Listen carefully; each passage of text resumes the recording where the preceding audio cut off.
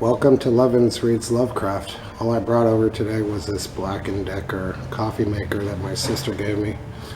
The light burned out, so I had a hard time seeing if it was on or not. And I left it on for hours and it burned out. Then I was going to throw it away. And then, oh, it's a transporter for my toys. What's fun about making videos with toys is the movie props are so much smaller and easier to deal with than if I was using real actors and building real sets. Yeah, it's a Star Trek transporter right there. I just like the design of it. It looks good. I like to look at things like that. It lasted a long time. I don't know how to make these videos better. I try to watch them. Can't stand to hear myself read. Man, my glasses of power. Yesterday they were the glasses of insight. Now they're the glasses of power.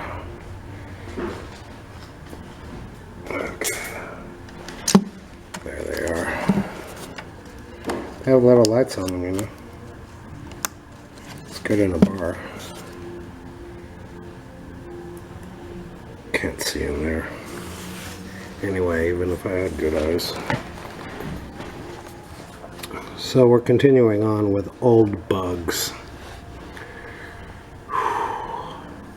Page 49.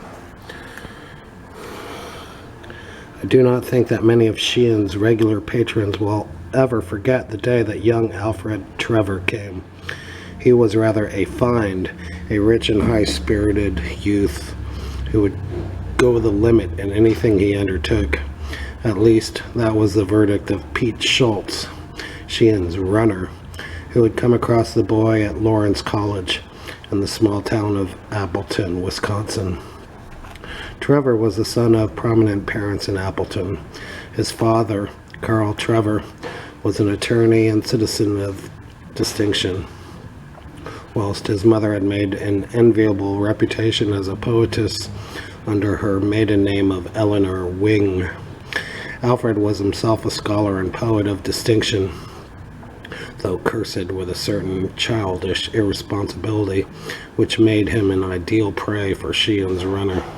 He was blond, handsome, and spoiled, vivacious and eager to taste the several forms of dissipation about which he had read and heard.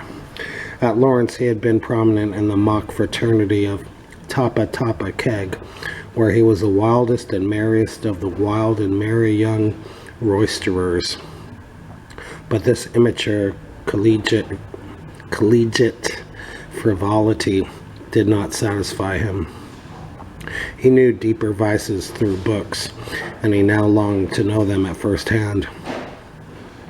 Perhaps this tendency toward wildness had been stimulated somewhat by the repression to which he had been subjected at home, for Mrs. Trevor had particular reason for training her only child with rigid severity. Sounds autobiographical right there. She had, in her own youth, been deeply and permanently impressed with the horror of dissipation by the case of one to whom she had for a long time been engaged.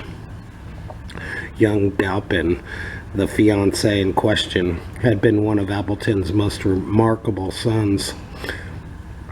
Attaining distinction as a boy through his wonderful mentality, he won vast fame at the University of Wisconsin, and at the age of 23 returned to Appleton to take up a professorship at Lawrence and to slip a diamond upon the finger of Appleton's fairest and most brilliant daughter.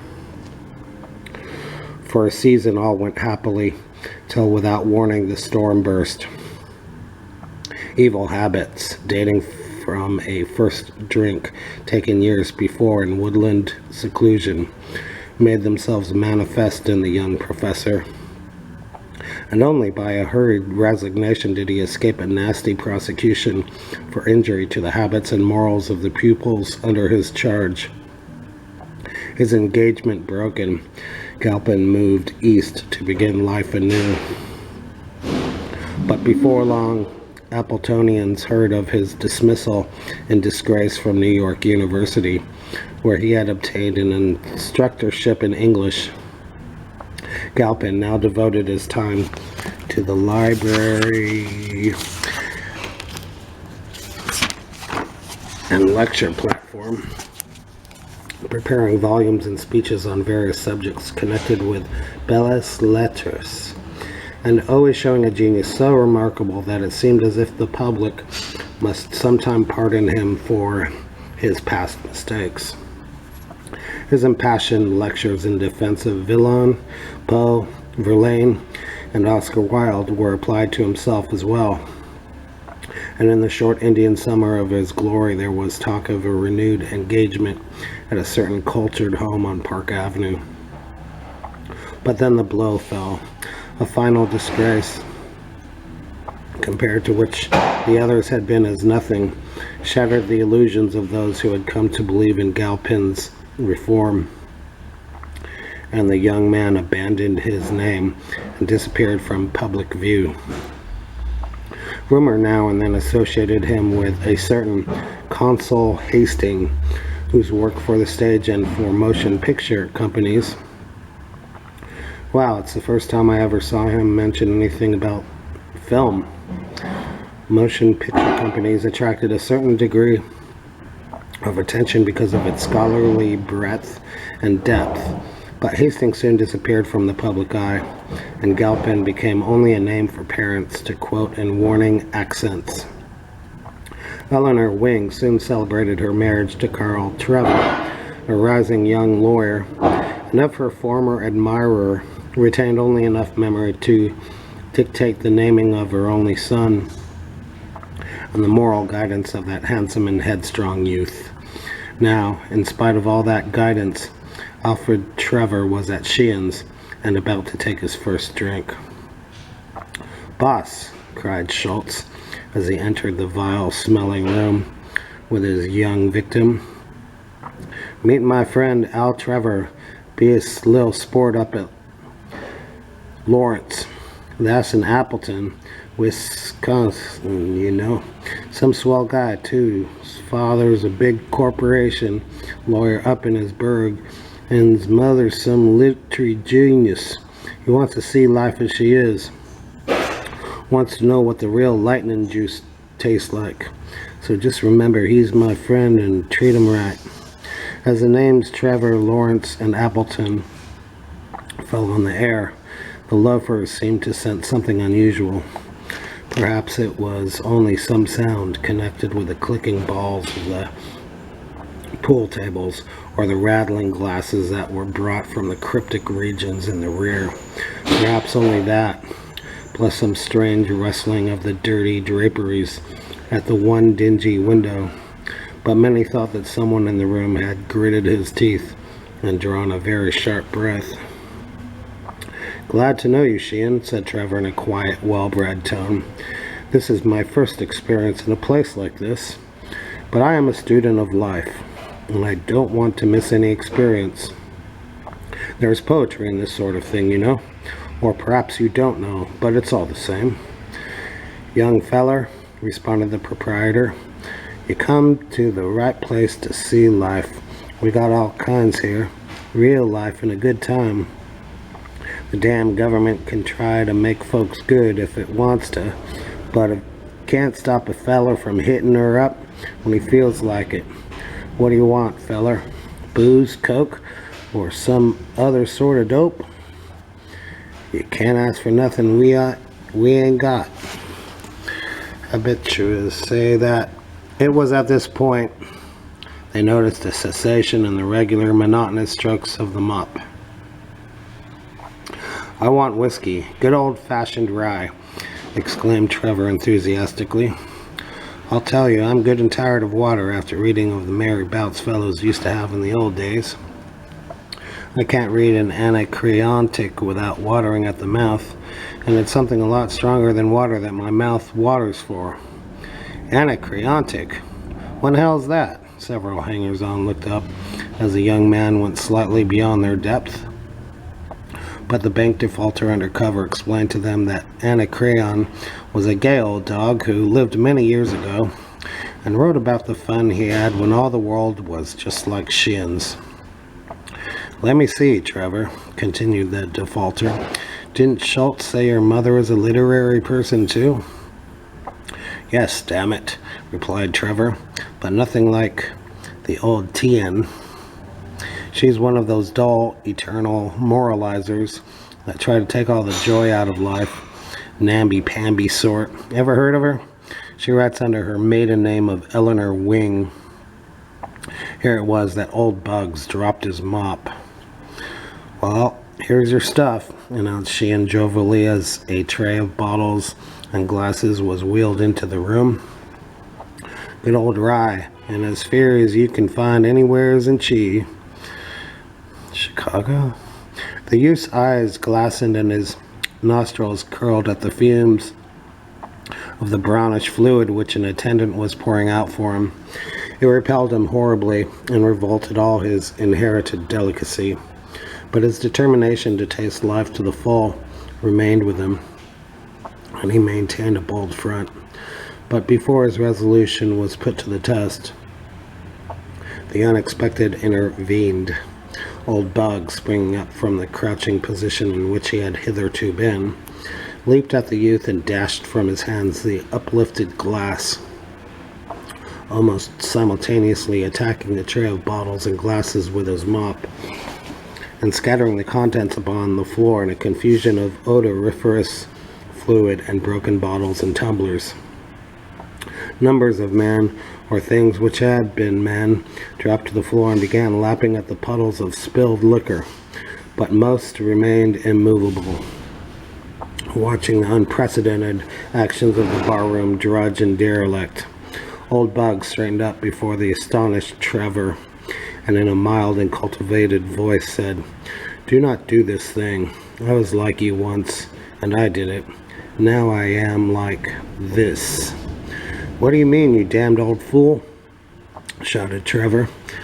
"What do you mean by interfering with a gentleman in his pleasures?" Sheehan, now recovering from his astonishment, advanced and laid a heavy hand on the old waif's shoulder. "This is the last time for you, old bird," he exclaimed furiously. "When a gentleman wants to take a drink here, by God, he shall, without you interfering. Now get the hell out of here before I kick hell out of you." But Sheehan had reckoned without scientific knowledge of abnormal psychology and the effects of nervous stimulus.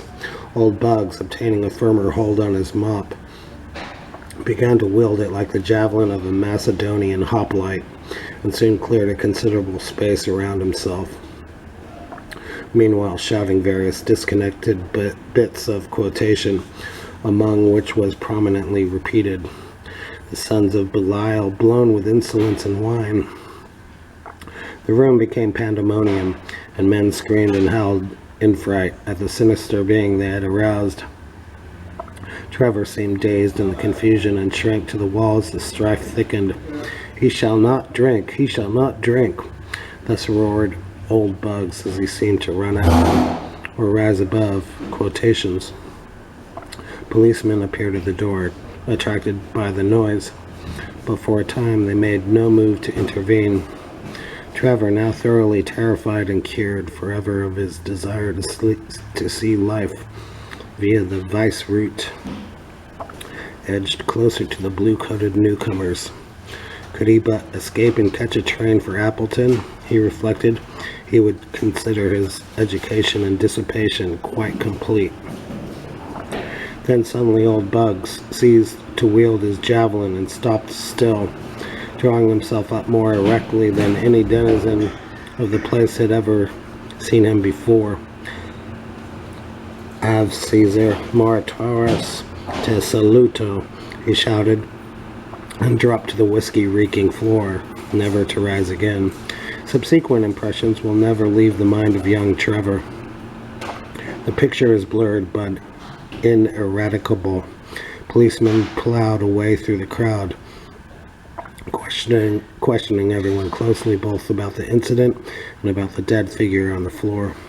Sheehan especially did they ply with inquiries, yet without eliciting any information of value concerning old Bugs.